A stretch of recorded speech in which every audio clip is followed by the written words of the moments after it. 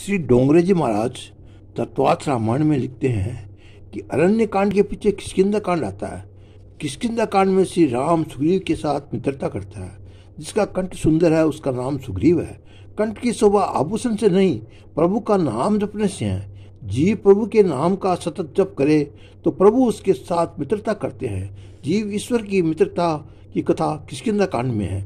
जीव सुग्रीव है, राम जी परमात्मा है। जगत के किसी जीव के साथ भेड़ न करो और अधिक मैत्री भी न करो। कोई न मिले तो वियोग में उसकी याद न करो। जगत के साथ विवेक से प्रेम करो। परमात्मा के प्रति प्रेम करना होगा तो जगत के विषयों का प्रेम छोड़ना ही होगा।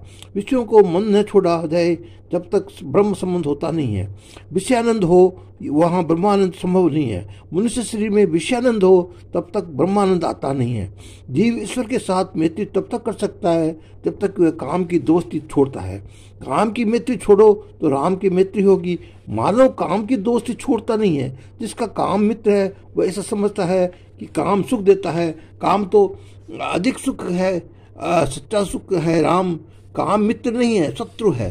सीता जी में प्रभु ने अपना आज्ञा की है। अर्जुन गीता जी में प्रभु ने आज्ञा की है, अर्जुन तेरा शत्रु बाहर नहीं है, तेरे मन में है, तेरी आंख में है, रहने वाला है। काम तेरा शत्रु है, वह तुझको रुलाता है और तेरे जन्म जन्मांतर का कारण बनता है। काम रूपी शत्रु को तू मार। सुग्रीव राम जी के साथ मैत्री हनुमान जी की सहायता से कर सके हैं। हनुमान जी ब्रह्मचर्य का स्वरूप है। ब्रह्मचर्य बल मिले तो जीव ईश्वर के साथ मैत्री कर सकता है। ब्रह्मचर्य के बिना भक्ति में आनंद आता नहीं, कारण ब्रह्मचर्य के बिना मन की एकाग्रता होती नहीं।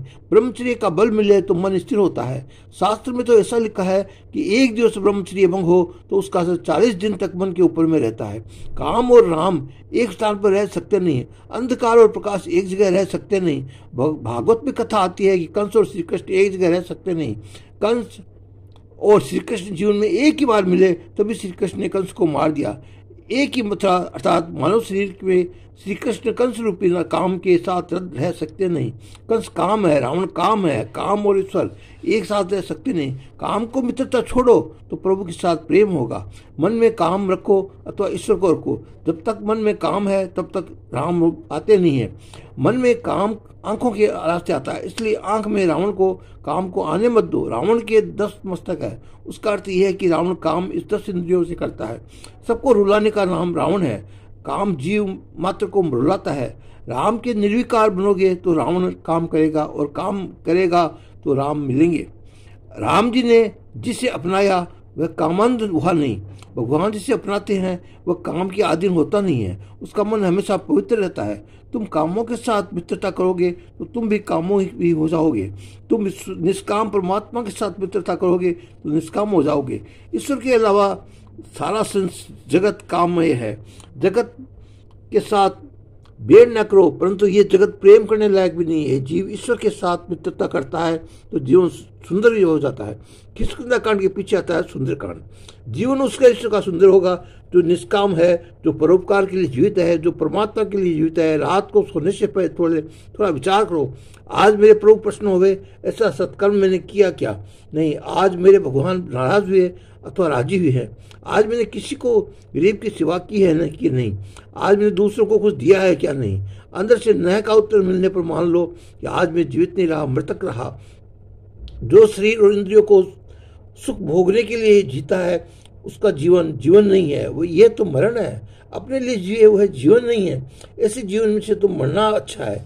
अपने लिए किसी कुटुंब के लिए जिए ये तो पशु धर्म है। कुटुंब का पोषण करना तो कोई कभी को होता है।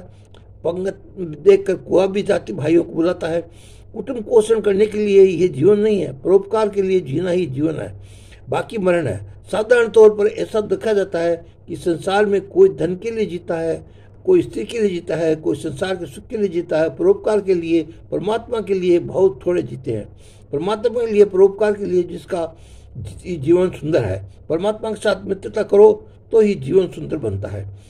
भागवत के इस प्रकार 10वें स्कंद, उसी प्रकार रामायण में सुंदरकांड अति सुंदर है। सुंदरकांड में हनुमान जी की महाराज की बहुत कृपा है।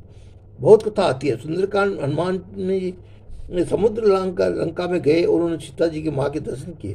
सीता जी पराभक्ति है। जहाँ पराभक्ति हो वहाँ लोग शोक रह सकता नहीं, इसलिए सीता जी जहाँ रहती है उसको अशोक वन में दिया गया। ब्रह्म दृष्टि सिद्ध हो तभी शोक रहता नहीं।